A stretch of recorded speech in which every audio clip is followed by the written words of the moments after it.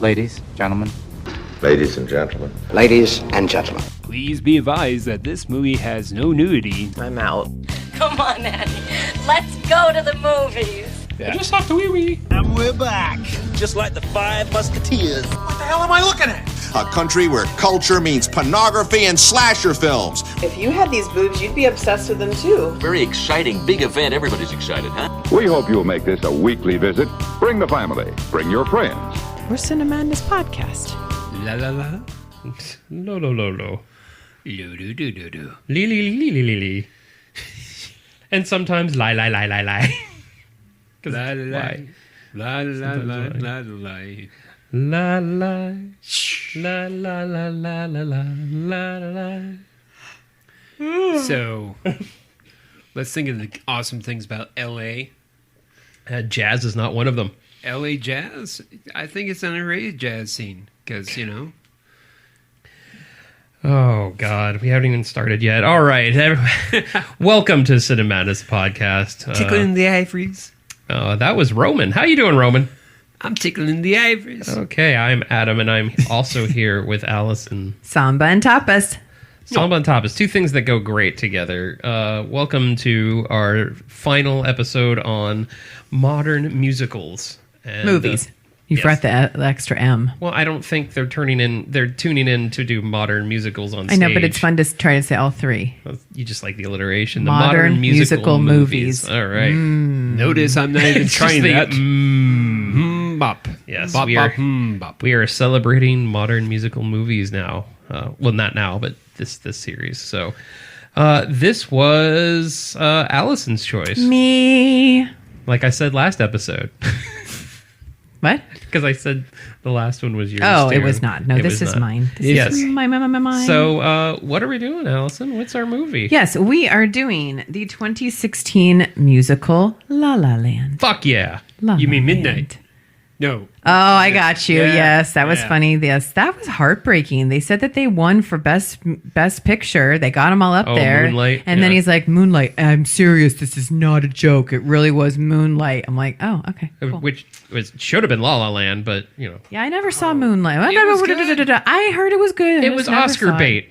Okay. So La La Land. La La Land stars Emma Stone. Yes. My second favorite Canadian man, Ryan Gosling. Your second favorite Canadian Ryan. Yes. John Legend. And brief appearances by J.K. Simmons and Tom Everett Scott. And then a bunch of other people that, you know, are just singers and dancers. Singers and dancers. Hey, J.K. Simmons, can you be in a movie? Sure. Am I going to be irritated? Absolutely. Oh, but he wasn't angry, though. He was just an irritated man. He wasn't exactly, but he wasn't angry. Yeah, no. And then in one scene he did act nice. So I don't know. I liked him. I liked him being in there. But an irritedness, like he always has like that smart ass like smile on his face, like that's you're good. fired. Yeah, that's good. Yeah, yep. Just play the music.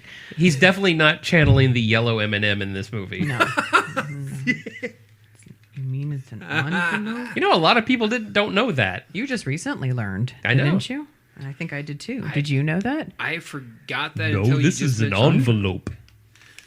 This is tapas. No, you're fired. Every time I hear J.K. Simmons, I think of him in the Lady Killers, I think it was. Oh, yeah. Where it's like, Mountain Girl. Yeah, you can't tell anybody, but I told Mountain Girl. Oh, what was the thing he said all the time? It was Mountain Girl. He kept on bringing he has IBS. No, it was a phrase. It's like, an idiot can do it, or something like that. Yeah, something to that accordance, but anyways. Oh, man. What a great remake that was. Okay. But what it's not La La Land. It is not La La Land. Okay, so La La Land was directed by Damien Chazelle, who also directed Whiplash, J.K. Simmons, and the recent Babylon, which I haven't seen yet. I saw it. Was it similar to this movie as far as the style of directing? Wasn't it like 3 hours long? It was 3 hours long, and in Margot the style Robbie. of directing, yeah, kind of the same. Okay. Same thought, but in terms of like the subject matter, not even close. Well, I didn't say the subject matter. I said the style of directing because Whiplash is two different ideas. But Whiplash, now I'm looking back, I could tell that it was directed by him. I can see similar takes. Yes. It won an Academy Award for Best Actress, Emma, and then won Best Director, and it won Best Cinematography and Best Original Score. Those are the ones it won for. It was nominated for like 12 things. So I'm glad it won. Did it win for Best Picture? It did not. Moonlight did. It did win, except the Academy just decided not to. It won in our hearts. Yeah. Our Steve Harvey. It won the popular vote. Yes. So the movie is basically about two people that are navigating their careers in Los Angeles, aka La La Land, a pianist and an actress, and they fall in love while attempting to reconcile their aspiration for the future. It's another similar theme to same as Greatest Showman and Across the Universe. It's about love. It's about taking risks, and it's mostly important. It's about following your dreams, no matter what that takes you. Fun fact before we get started, do you know who turned down the role of Sebastian? No, I do not. Chris Evans. Thank God. Right? Who's that guy? Stupid Captain America. I'm sorry, I don't know. Oh, don't be mean to him. You mean Chris you Evans? mean I don't the like guy him that who's much. wearing the whipped cream bikini? Yes, Yeah. Not Another Teen Movie. Yeah. He's funny in funny movies, so I just don't picture him in this movie, to me. He's so good. Winter Soldier is such a great movie. Okay. I will watch it eventually. One I'm thing not knocking him. I'm It's just not saying my I jam. couldn't picture him in this role No, at all. At all. Ryan Gosling was perfect for this. Yeah, One thing he I was really good. love the most about this movie is the entire love letter to Golden Age cinema and I guess you would call it Silver Age musicals. Yeah. Because it wasn't like the Golden Age musicals. It wasn't Singing in the Rain. It was very much the the 60s and 70s musical style, but the color aesthetic was very Golden Age. Yeah. Absolutely. It was a modern film with modern stuff, but it has, it's like it's taking slices out of the 60s in terms of dancing, in terms of scene selection, in terms of certain visuals, like with the umbrellas, things like that. Oh, yeah. Even the 80s dance party was a very 60s. Yeah, that was straight Boogie Nights. bossa nova. Yeah. Yeah. Well, Boogie Nights stole that from, I think, Hotel Havana. I forget the actual name in the 40s. But anyways, that's getting off the subject. It was the whole aesthetic and talking about like set design and costume. The apartment that Mia lived with her roommates, she had a giant Ingrid Bergman wall and everything, that the furniture, the furniture was all, mid-century and all this stuff. And even when they went out for the night, all of them were dressed in a different color. Like a rainbow. It was just very vibrant.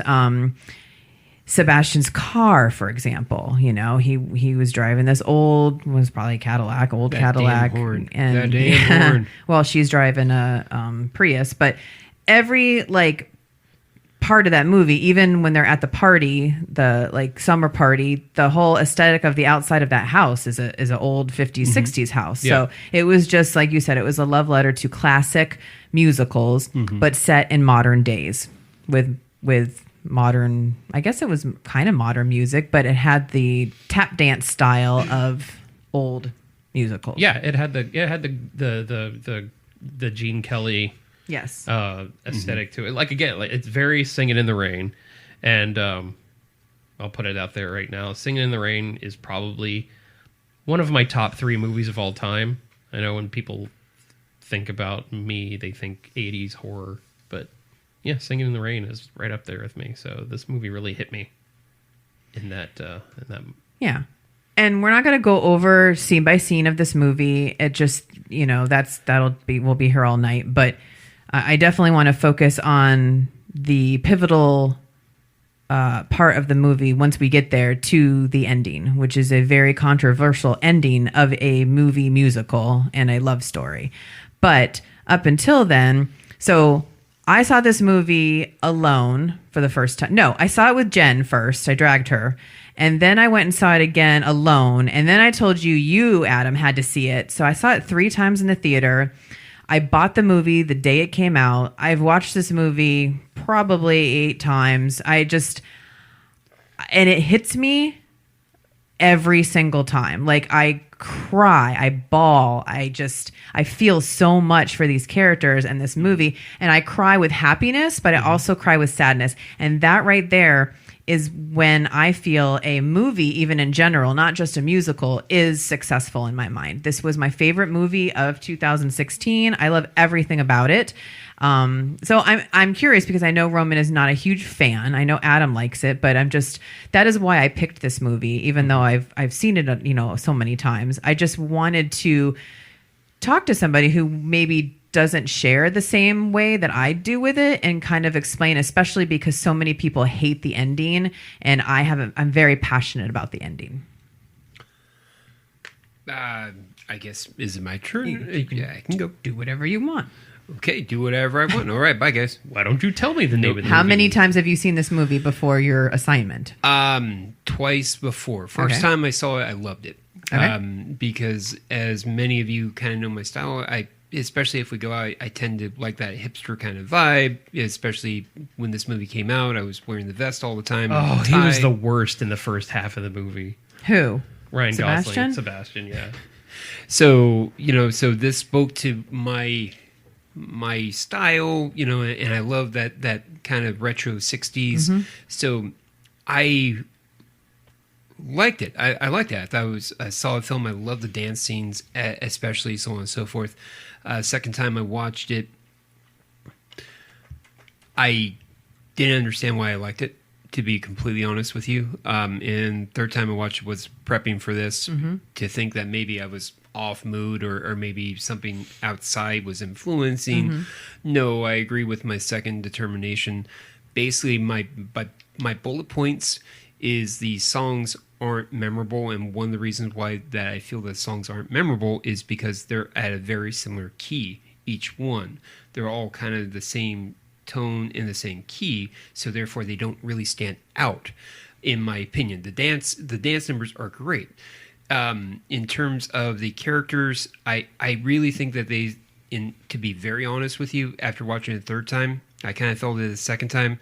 The third time, either go very bold and make it like a artist movie where it's just silence and you just do interpretive dance, or completely cut out the music whatsoever and just make it a compelling drama of these kids living in modern time periods and trying to find their way, almost like a swingers type of vibe, where they're living in the ritzy back stories of being cool and hip. You're saying that's what they should have done? They should have gone one or the other? Yeah, just because in terms of like the music, because if it's a musical,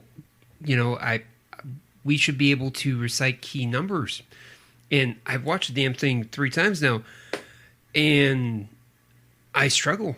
I struggle in terms of reciting lyrics. I struggle in terms of that, and I listened to it. I hear what you're saying, and yeah. I've never even thought of them all being in a similar key, and they actually are. Now that you're saying it, the majority of them. However, I do disagree. I'm not going to just be like driving around singing "City of Stars," but I can recite a lot of the songs. Yeah. So I can see that. But there's not a lot of musicals where I know every single word of the song, other than like a Grease or a Sound of Music. This is not that type of movie. I guess it's hard for me to explain. The music to me is important, but it's like hand in hand with the story and the acting, right? So this, as opposed to Across the Universe, you could actually take out a lot of the songs and you'd still have a powerful, strong movie that I'm still going to love, which is weird because it's a musical. But yeah, like City of Stars, the song that she sings about the Dreamers during her audition, the song where they're floating around in the observatory, they're all very similar songs. But I feel that you almost have to, because you're sitting here saying that this movie is a love letter, or you're green, is a love letter to old Hollywood. So we're going back to The Greatest Showman, where the critics are saying, you chose a movie set in this day and age, and you're doing poppy, like fun, modern songs. These are, some of them are poppy, but for the most of them, they are more like classic type of just like sing-songy Hollywood, like classic songs to me. Preparing for this podcast, I thought about that counter argument. And one of the things that stood out for me, and Adam, we're going to clue you in, I promise. One of the things that stand out for me is a lot of times if you think of, let's just go with movies set in that time period of the 60s. Let's just start with West Side Story. Okay, West Side Story has a diverse set of songs, and they even have a couple off-character songs, Officer whatever, Frisbee or whatever. Don't look at me. West Side Story is garbage to me. I was in a local play of West Side Story, but yeah, hey, I was one of the sharks. But anyways, yeah, go figure, right? But so to digress, so they have they have a diverse set of songs that elevate the film, so it's a little bit different, and the pacing is a little bit different. Mm-hmm. Whereas with this one, it's just and I didn't catch it the first time. I was really caught up in a lot of the prettiness. I was caught up in Emma Stone, mm-hmm. And of course, Ryan Gosling, things like that. I was caught up in a lot of it. Okay? And I take nothing away. The dance numbers are fantastic. The opening scene on the freeway, and then, of course, the iconic Hollywood sign, Dancing on the Clouds, things like that, in the yellow dress. Mm-hmm. Iconic. Absolutely iconic. But you're just not a fan of the songs in general, the original songs in general. Yeah, I'm not a fan of that. In terms of the characters, I like the characters. I liked Emma Stone. I liked her aspiring to be an actor, so on and so forth. I thought it was very interesting. Of all the films that we've covered today, or covered for the musicals, this was the best acted of the three, in my opinion. But Greatest Showman, you almost broke our secret. Well, I'm speaking more in generalities. The illusion. So this could have been a better drama movie than a musical for you. Yeah, but I can see that. But that would have a similar feel to Whiplash, because you have the highs and lows, people who are stubborn doing it their way, so on and so forth. Yeah. So it would have a similar vibe to Whiplash. So I think that's one of the things that the director took on, was a challenge of a musical potentially, but not knowing that. Adam, let's tag you in. What was the question? Do you like pizza? Yes. Okay, cool. Thank you. We're just talking about the movie in general, the music, mm-hmm. and but I totally didn't. I totally forgot what you were bringing up. Well, okay, so she really likes the movie, and I'm kind of not so much. What are your overall thoughts on La La Land? I absolutely love the movie, mainly because it's like Singing in the Rain. It's not a complete musical. Mm-hmm. It's not a complete drama. It's a perfect balance of both. Mm-hmm. It's not a rock opera. It's not a rock opera, but just like, and I'm going to keep bringing it up, just like Singing in the Rain was not. Mm-hmm. It's not a complete musical. It is a movie that has musical moments in it. The choreography is unbelievably good.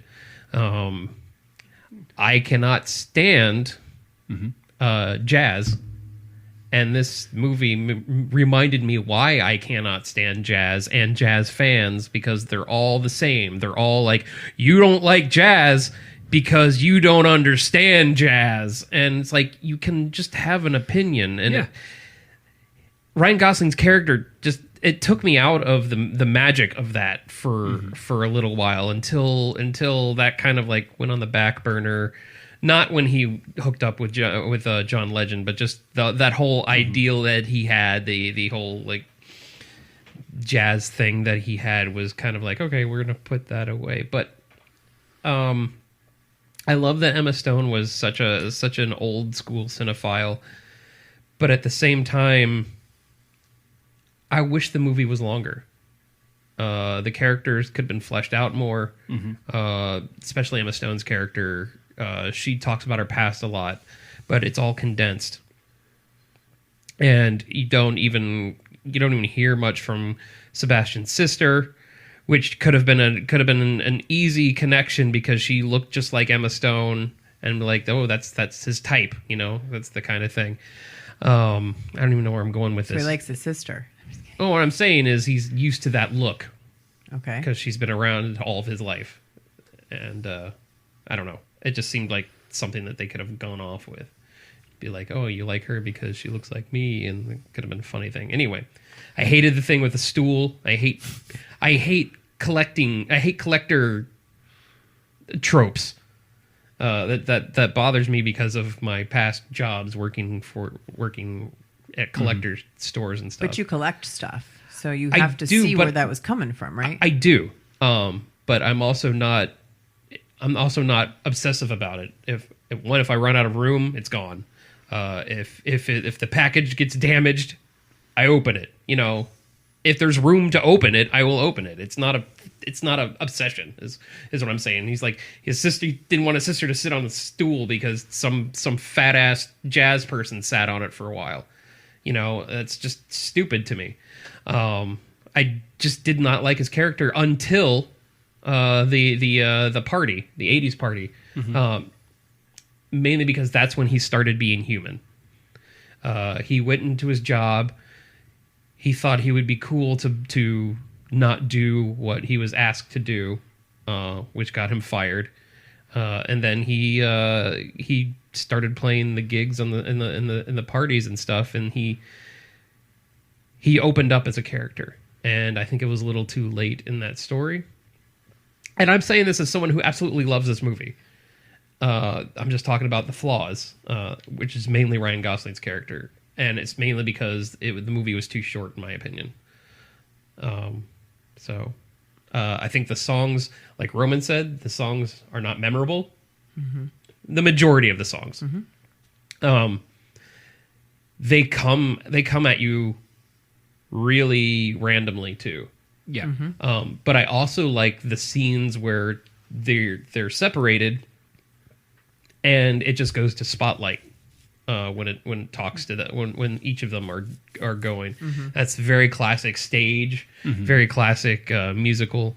I don't know. There's just so much about it to love that to me the pluses beat out the minuses. And well, thanks for coming to my TED Talk. I was going to say something I completely lost track. Good motivational talk. Appreciate it. It was all mainly about how much Johnny hates jazz. Or I hate jazz. Oh, so yeah, I mean, I'm not a jazz person. Okay, I don't like freeform jazz. Yeah. The whole, you got to hear the notes that aren't being played type of jazz. But I disagree about his character. I mean, his character started, he was douchey. He flicked her off or honked at her, loved to honk at people. And, you know, he was like always going. He was clearly holding on to the fact that this jazz place that he wants was turned into samba and tapas, and is very obsessed with the fact that you can't put those two together. But we go back to the dreams, and that's his dream to open up his own jazz place. So I feel like I don't necessarily see it as he was trying to force jazz on her when he first took her to a jazz thing, because he was like, you know, you don't know jazz, you don't like jazz. No, I don't. Well, let me let you hear about it. He was just showing, to me, in my opinion, he was just being very passionate, like I think you would with someone that you're going out on a first date if you're so passionate about something and they aren't familiar with it. Yeah.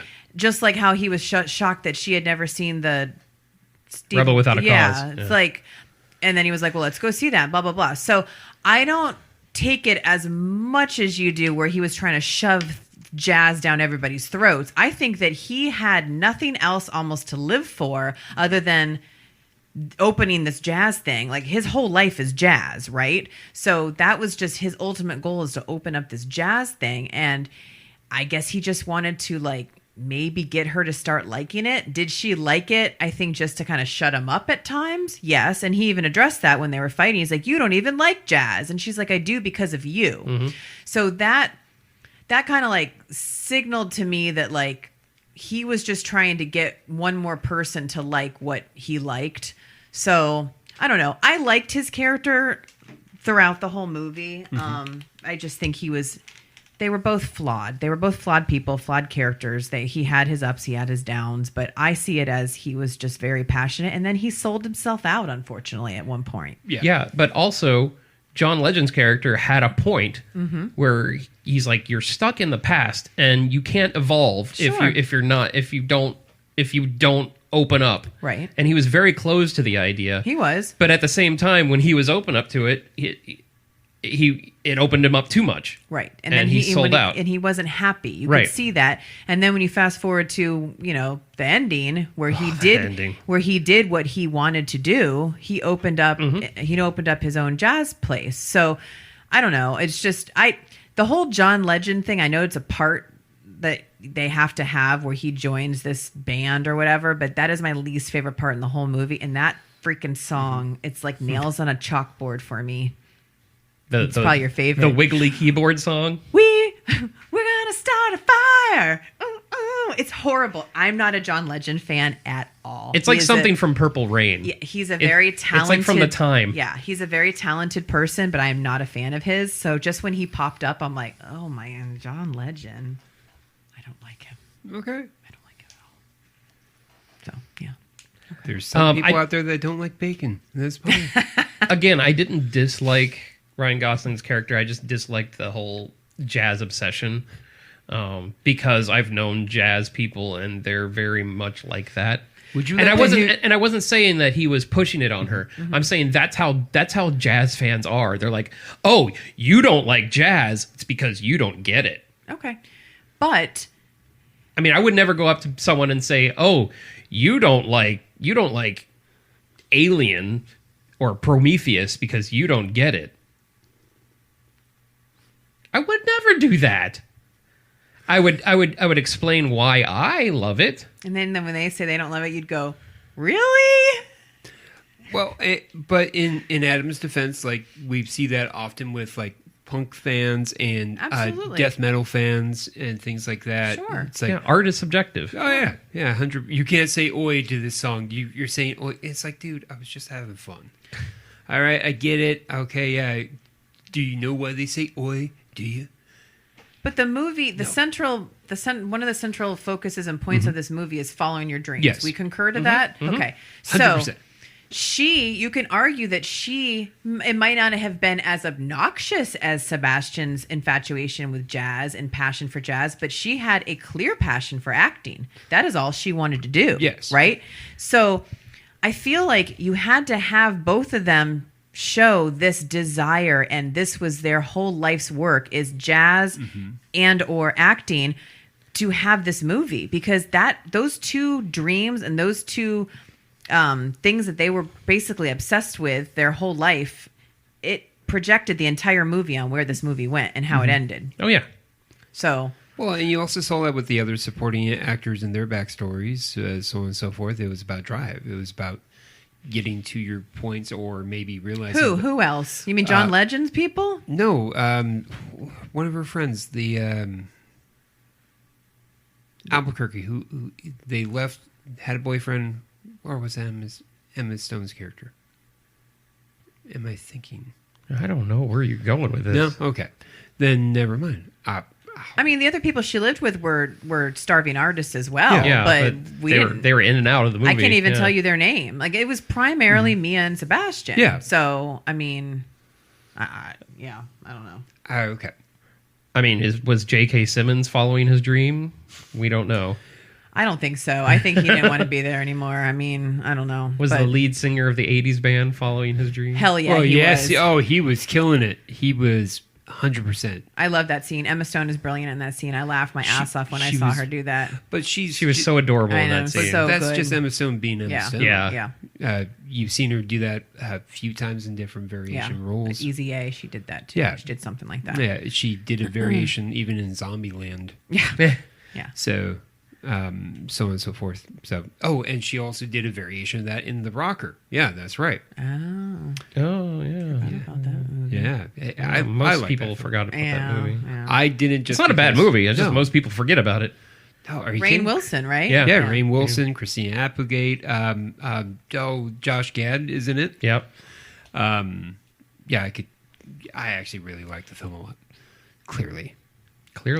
Go back to Cleveland. But anyways, it's a line there. So let's talk about the ending. Let's let's talk. I hate the ending. Okay. Why do you hate the ending? Because I don't like what if scenarios in a movie. Mm-hmm. And that's all the ending was. It was a big what if scenario. You got the big bombastic happiness ending that wasn't real, which should have been because it was a love letter to the old musicals.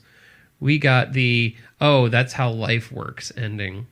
Mm-hmm. And it was totally a tone shift for the movie that should not have happened. Okay. What's your opinion? I didn't have an issue with the ending, just because I agree with Adam. That's real. That's more realistic. Like tap dancing in the middle of the street. But I agree, because you see all this fantastic fantasy like environments where you're dancing on the clouds and doing this and that, the other, and then you have a realistic, honest ending. And it does have a tone shift. I didn't put two and two together until I heard him talk. It was not even a concern with me. It's like, okay, so that's how we're ending. All right, cool, awesome. All right, high five. So real quick, the first time I saw it, it was. Thank you. The first time I saw it, like I remember just being so in awe and so happy, and even when they didn't win Best Picture, even though I love Moonlight, I was pissed off because I thought it was a great movie. Mm-hmm. And a year later, when I saw it, trying to get some motivation or something, I think at one point I was trying to add content to our website, and I was reviewing stuff. It wasn't the same film. I'm like, what the hell? So I realized that my mindset maybe influencing so on and so forth, or I was really in nostalgia when it came out. My kid was just born, so I was in a different mindset, and now I think I'm a little bit more realistic, I suppose. I don't know, but that's another conversation for a therapy talk with Roman. But as we continue on, so when the ending, to me, I don't have an issue, but hearing Adam talk, it makes a lot more sense in terms of what he's seen with the tonal shift and things to that accordance. Yeah, I just kind of, because I saw the characters, I always saw them as being flawed. I always saw them as being just a stepping stone in each other's career at that point. They are two notes that work for that particular song on a keyboard, but they will not always be a match. Mm-hmm. And that's how I kind of viewed it. Oh, I like that. Black keys, white keys, so on and so forth. That's racist. No, it's literal. The keys are black and white. His keys were black and red. Then I apologize. Black and red keys, that really doesn't sound better, buddy. It really doesn't. But no, so to me, it's a poetic sadness but justice, because it's just like a good song where those keys match in a certain order to work. Mm-hmm. And you won't always have that. The same key progression is not going to work time and time again. So I kind of see it in a different light. But when hearing Adam talk, like, it just kind of clicked at this point. Like, I get the fantastical aspects of it. I do too. So, I'm not disagreeing. Yeah. I'm not disagreeing. But yeah, Here's the thing. I'm watching this movie. I'm enjoying it so much. And they don't get back together, but they get back together to have her be this actor. I mean, he got her this amazing gig, and she asks, what are we? And he's like, I don't know. And then that's when it skips to the 5 years later.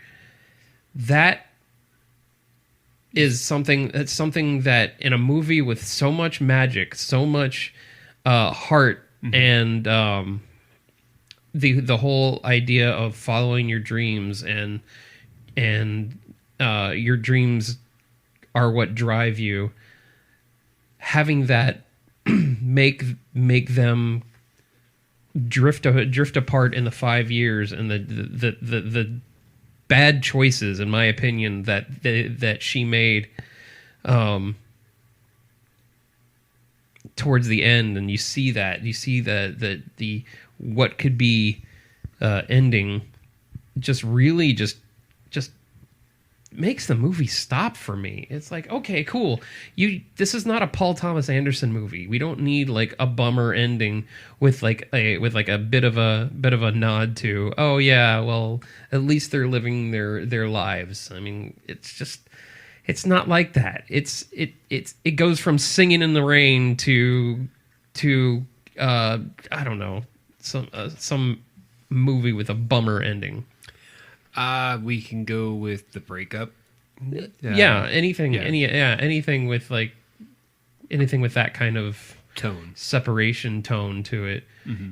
Even like Ms. Doubtfire, it had a bummer ending, but it still had that high note to it at the same time. Yeah, he didn't get back with the wife, but right. he got back with his kids. But he got right by the kids. Yeah, so he reshaped himself.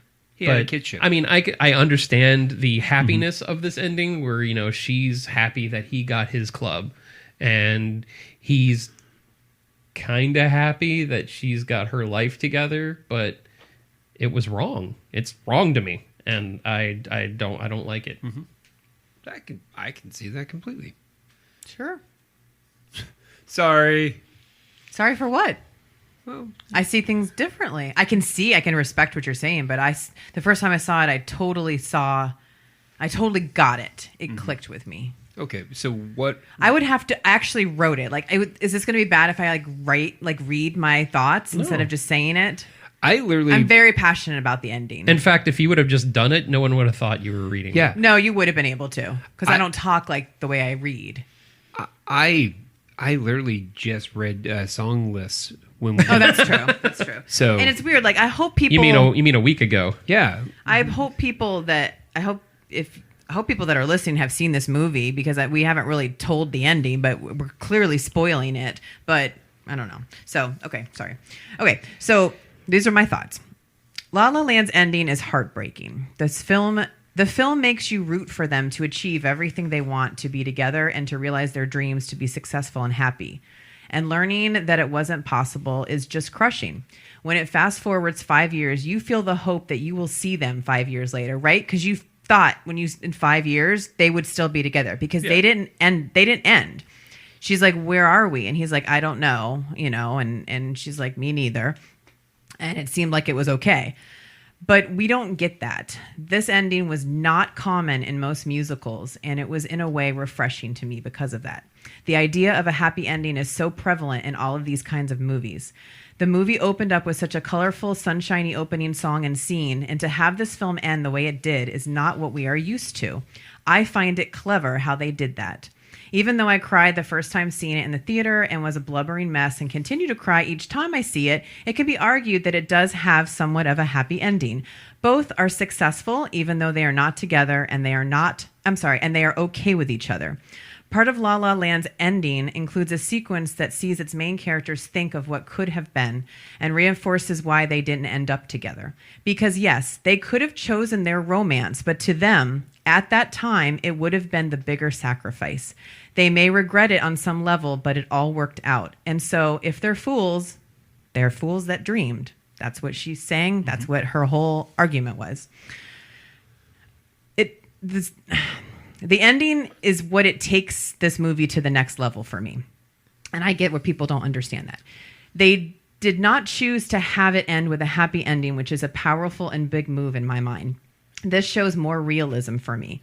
Life is unpredictable, just how Sebastian says jazz music is.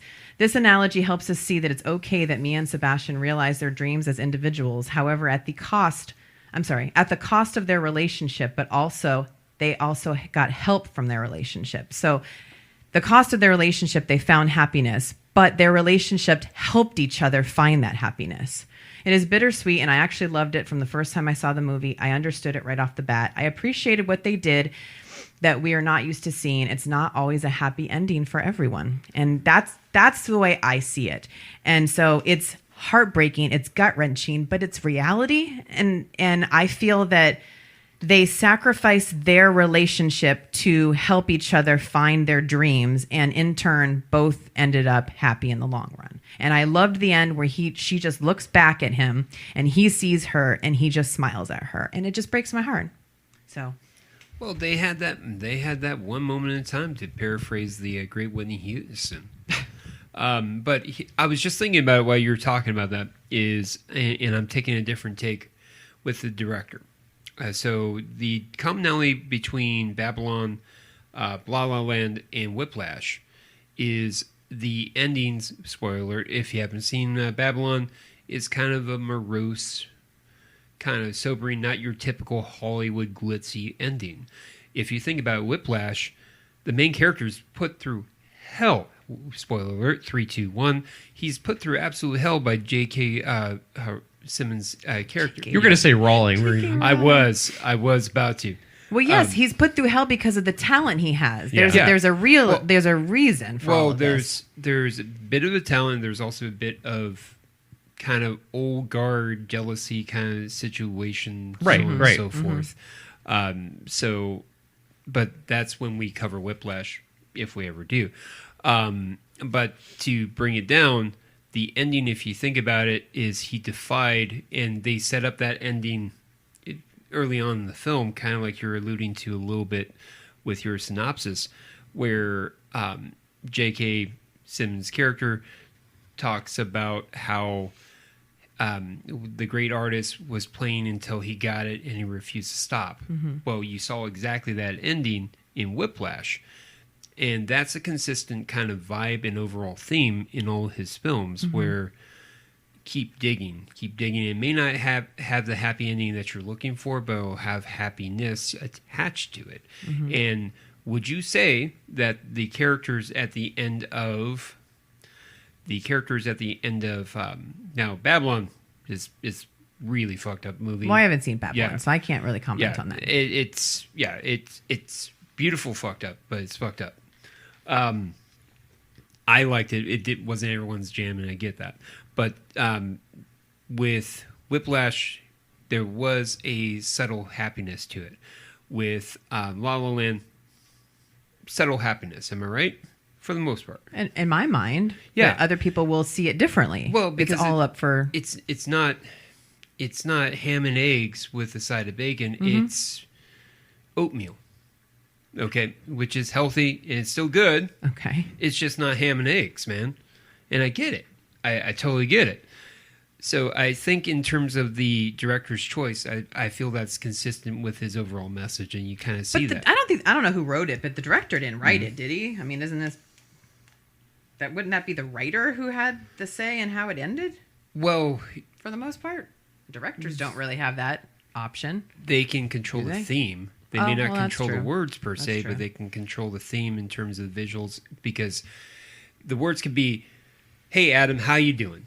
And the director may want me to have a pause. "Hey Adam, how are you doing?" Yeah, but we're talking about the ending that somebody wrote for this movie, because I see where Adam is saying, this entire time the movie is a love letter to all these classic musicals that all ended up with a happy ending. And I just, like I said, I don't know. That spoke to me that we all thought they were going to stay together. We all thought it was going to be happy ending, la la, and everybody, yay, the credits roll up. And it wasn't like that. And I was like, shit, I did not see this coming. Like, this threw me. And I'm like, this is gut wrenching. This is heartbreaking, but okay. I get it. I see it.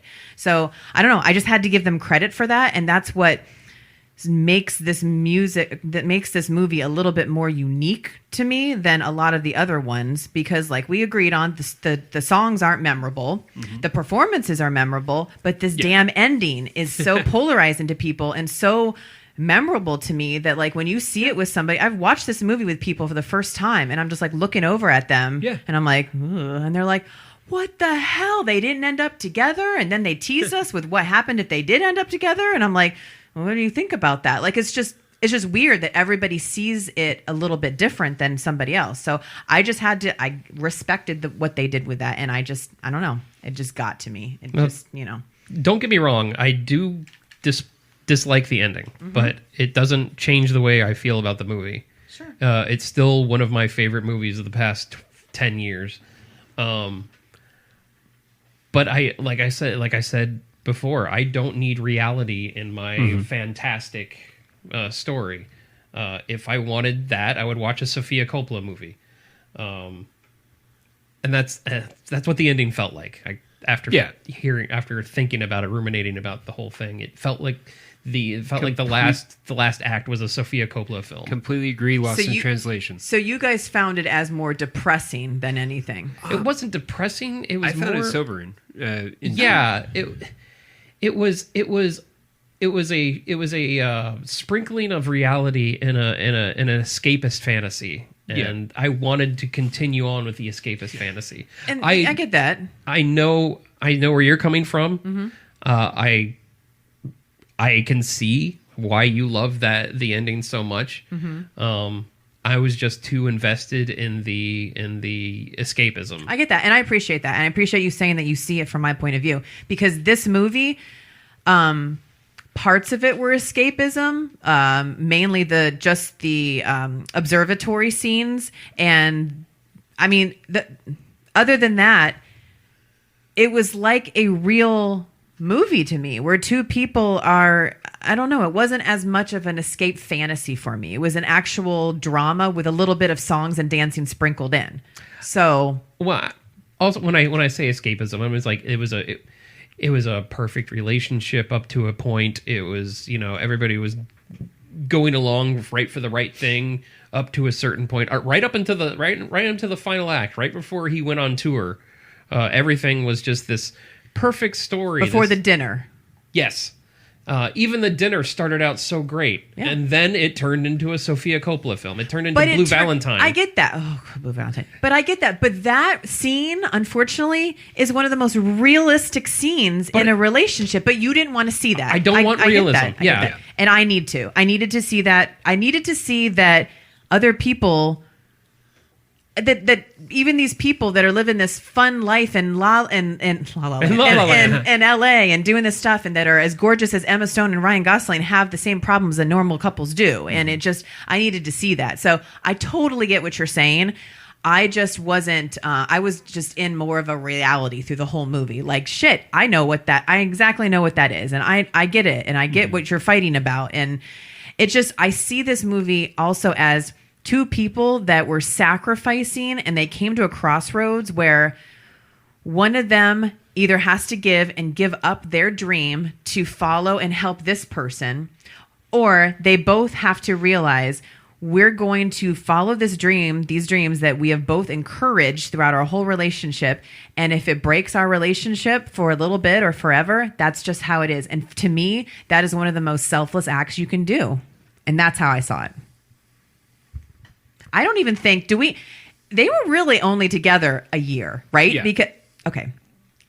And not even a full year. Right. So certain parts of the movie made it seem like they were together so long, and they really weren't. Not that makes a huge difference, but I mean, she had to do what she had to do, and they both he encouraged her, and I don't know. It's just, Yeah, he encouraged her and didn't show up to her damn play because he had to wear a damn hat. He had to take his thing, but he had to do this.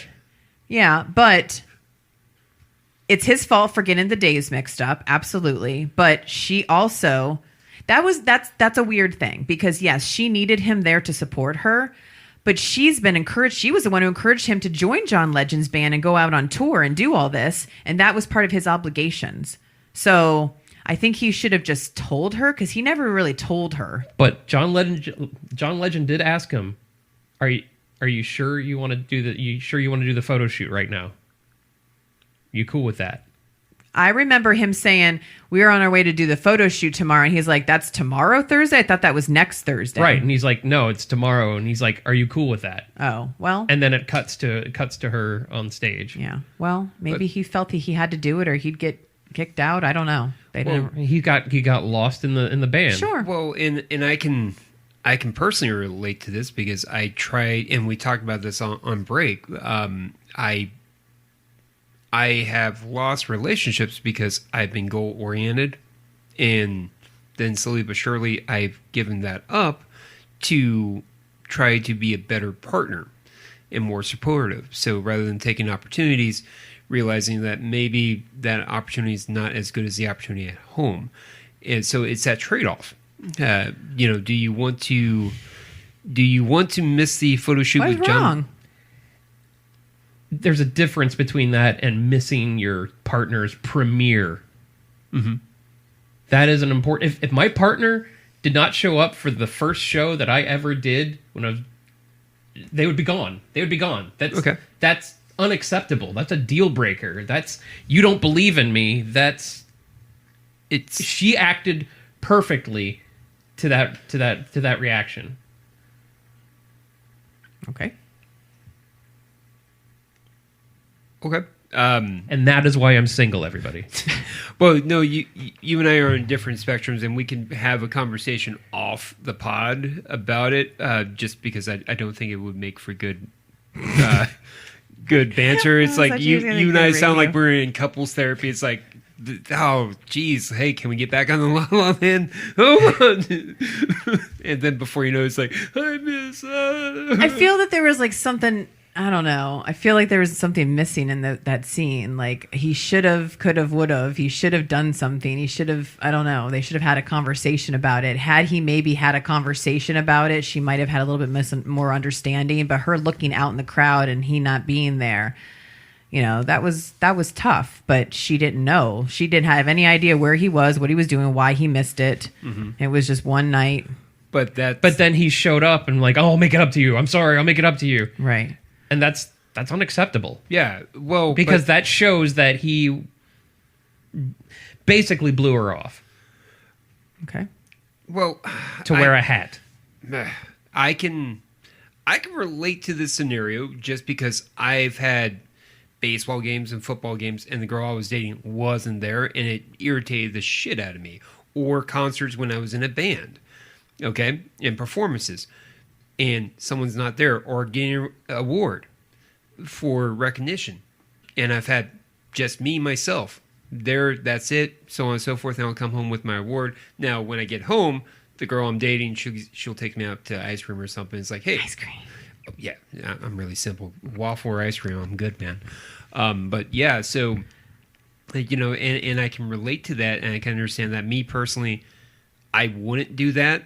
I've literally have gone really late on my lunch break just to make it to a recital for this one girl I was dating once upon a time. And that was 2 blocks up the road. I told my boss, hey, I'm going to take a late lunch. I'll make up time, I promise. And I showed up in my work uniform, but I was there by George.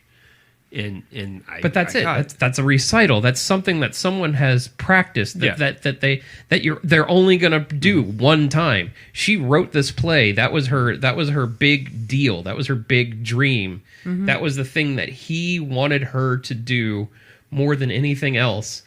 Yeah. And he did not show up for that. Yes, she acted accordingly. I think he thought maybe in his mind a little bit that it was going to be so successful that it wasn't just going to be one night. And that was another reason why she lost it, because she was like, nobody showed. What if he had called her and said, I got my days screwed up and we have to do the photo shoot. I might not make it. What do you think she would have done? Probably the same thing, especially after going off stage and hearing everyone talk about how bad she was. But that has nothing to do with him. But I'm saying, you said what would she do? Right. She would do the same thing because she was in a very fragile mindset. But I'm saying, what if it happened before the show? So she already knew he wasn't going to be there, and she was like, I get it. We both have really important things going on, and they happen to fall on the same night. I wonder if that would have changed anything. If he was honest about it, I don't think she would... I don't think she would accept it because it was his fault. He got the days mixed up. Mm-hmm. He knew when the premiere was, mm-hmm. and he's letting basically John Legend tell him what to do. Okay. Stupid John Legend. The moral of the story is John Legend ends marriage. Never work with John Legend. And his stupid hat. All of me loves all of you, unless you're not wearing the hat, of course. He should just go home to his Monchichi wife. Okay, anyways. Okay, so that was... Wow. She looks like a Monchichi, sorry. Wow. Do you remember Monchichis? Yeah, with the little thumbs. Yeah, and their face. Yeah. She looks like a Monchichi. Wow. Look it up. Okay, so I see it in my head. Yeah, and thank you. You're welcome. Okay. Well, I think we talked enough about La La Land. I see everybody's points, and I thank you for listening to my points. This will still always be one of my favorite movies, definitely of that year. It's just I have to be in a mood to watch it because it takes a lot out of me. It's a very, very emotional film for me. I can see why. I can see why, and exploring the overall themes that we discussed here today, there's a lot more depth to it than I truly did realize. I mean, there's layers, don't get layers, to quote the great Shrek. It's not your typical musical. It's not your gumshoe musical. It's not your typical drama. There's a little bit of artistry and fun to it in terms of dancing and John Legend. So, and to be fair, the jazz isn't half bad. Taglines. The song, dancing, fun, John Legend. The song that he plays consistently through the movie, which I believe is called Sebastian and Mia's theme, is done. It doesn't even. I don't even count that as jazz to me. Like it's just a beautiful piano movie or a piano song. I'm like, what kind of jazz is this? It's a good thing. It's a good thing we don't live together because I spent all day today just whistling it around the house. Nope. No whistles. It's that catchy though. It is. It's a good song. And, it really is in terms of the chord progression. So I was making fun of how the songs weren't memorable, but yet I can remember that chord progression. Yeah. But it's on because it's the same key. Exactly. Yeah, I was about to dunk that one. Yeah. Well, you alley-ooped it instead. Yeah, it's okay. I'm a team player. And another one last quick about the ending. Sorry. I just love that he took her drawing of Seb's and made it into a thing. And it was almost like this. They didn't even have to talk, and they didn't. But it was just like that was enough for her to feel good that he kept that all those years and did what he was supposed to. And it was like his little nod to her and almost like a little thank you. And I don't know. I just liked that, even though it was just it's not a good picture. Like, I don't know. And he didn't have any chicken on a stick, so that was good. Or maybe he did and they just didn't order it. There you go. Sean, what's his name? Tom Everett Scott from That Thing You Do. He should have ordered some chicken. That's from where he's from, right? That Thing You Do. And Good Will Hunting. Yes. Not Good Will Hunting. Dead Poet Society. Yeah, Dead Poet Society. And My Best Friend is a Vampire. Mm-hmm. Oh, he should have ordered chicken on set. He was so funny. He was like, you want to stay for more? Like not having a freaking clue what this man is to her. Like no clue at all. He does not deserve her. He is What did he do? He's just a nothing nobody. How do we know? We don't know what he is. He's not Sebastian. Okay, but let's be real. We don't know what he does. I don't care. Yeah. Okay. He's the type of guy who probably is there at her recitals. I feel that he's in the industry just like she is. Oh, probably. Possibly. So she'll be broken up with him in about a year or two. Probably. So there you go. And then she'll be with John Legend. Yeah. And Monchichi. Okay. All right. Well, thank you so much for coming down this journey with us to discuss modern musical movies. The Triple M. Yes. We hope you've enjoyed it. You can let us know in the comments or whatever you do on our Facebook page, like what musicals you like. Or comment on the YouTube click. Yes. Or just comment. Yeah. Comment how much you hate musicals. Comment. And let's talk about Moonlight. I tried that. I put up a poll and nobody did a poll. Nobody even told me. I didn't even see it. Yeah. So. And I live on the page. Yeah. So that's the last time I do that. Anyways. Okay. So. Oh. All right. Well, thank you guys for letting me do a feminine topic. It's not really a feminine on musicals. Ah, boy. And, wow. Okay. I'm just saying that because yeah, I didn't know we were doing vagina monologues the movie. I'm saying that because everybody thinks musicals are girly, so I just wanted to say that. They clearly never watched Cannibal the movie or the musical. That too, or yeah. There you go. Okay. All right. Well. All right. Do you want to end it? I forget what you say other than celebrate. Do I want to end it? I'm terrible at ending. Oh yeah, these you're things. right. Okay. Well, we will talk to you guys later during our next topic and continue to celebrate cinema. Bye. Bye. Fast forward 5 years.